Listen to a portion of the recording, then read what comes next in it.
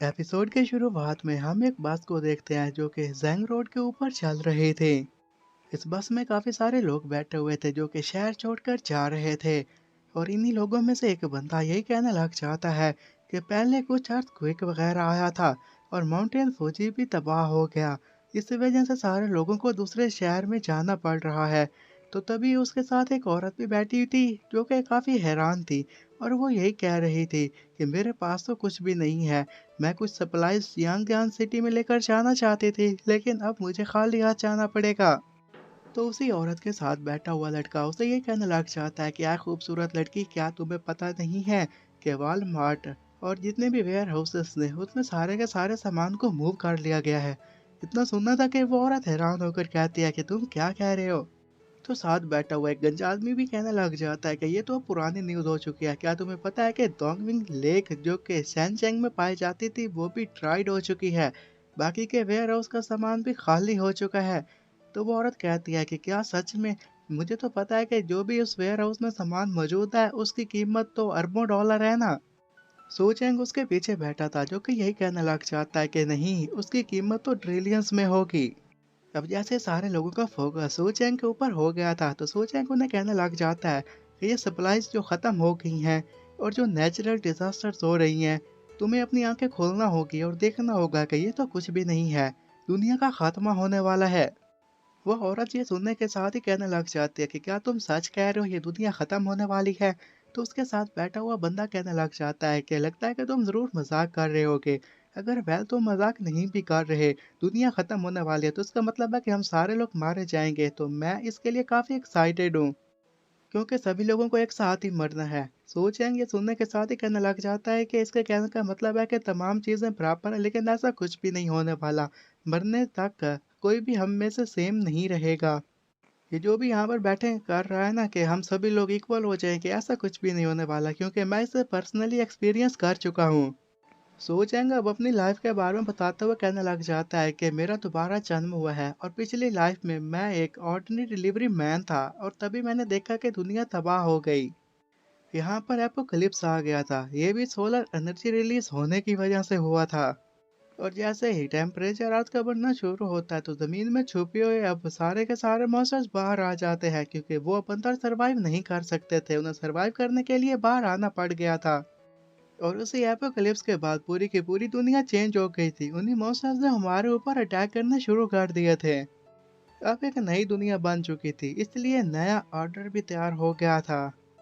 इस दुनिया में एक पैकेट नूडल्स के लिए भी लोग दूसरे को कत्ल करने के लिए तैयार हो जाते थे, लोग कुछ भी करने के लिए तैयार हो जाते थे।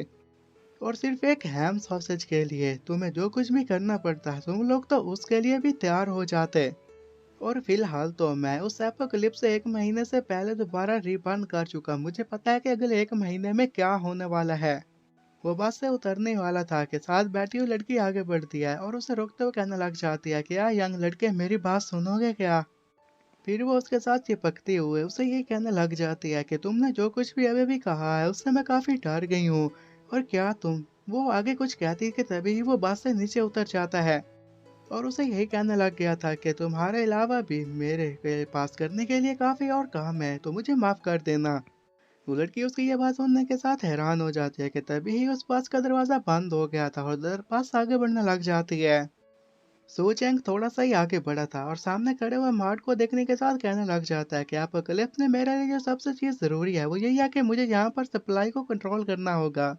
वो एक मॉल में काम करता था तो आगे बढ़ता है ताकि अपने कपड़े चेंज कर सके, और कपड़े चेंज करते हुए ये भी कहने लग गया था कि अपनी प्रीवियस लाइफ में सप्लाईज के साथ में मेरी जिंदगी तबाह हो गई, लेकिन इस बार मैं प्रिपरेशन करूंगा क्योंकि मेरे पास अभी टाइम है और मुझे सब कुछ पता है कि आगे क्या होने वाला है।